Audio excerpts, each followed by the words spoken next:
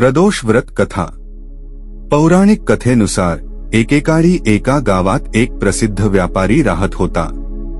तो खूप श्रीमंत होता आणि नेहमी इतरांना मदत करत असे। जो कोणी त्याच्या दारात मदत मागायला आला तो कधीही रिकाम्या हाताने परत देत नाही। परोपकारी स्वभावामुळे त्यांना समाजात चांगली प्रतिष्ठा होती।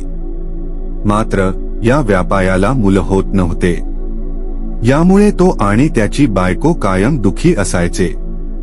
एकदा व्यापारी आणि बायको तीर्थयात्रेला जातात।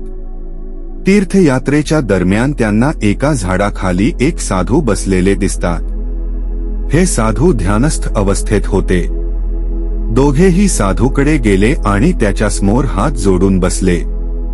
साधूचे ध्यान संपल्यावर त्यांनी त्या दोघांकडे पाहिले आणि त्यांना सांगितले की तुमचे दुःख जे काही आहे ते मला अगोदरच माहिती आहे।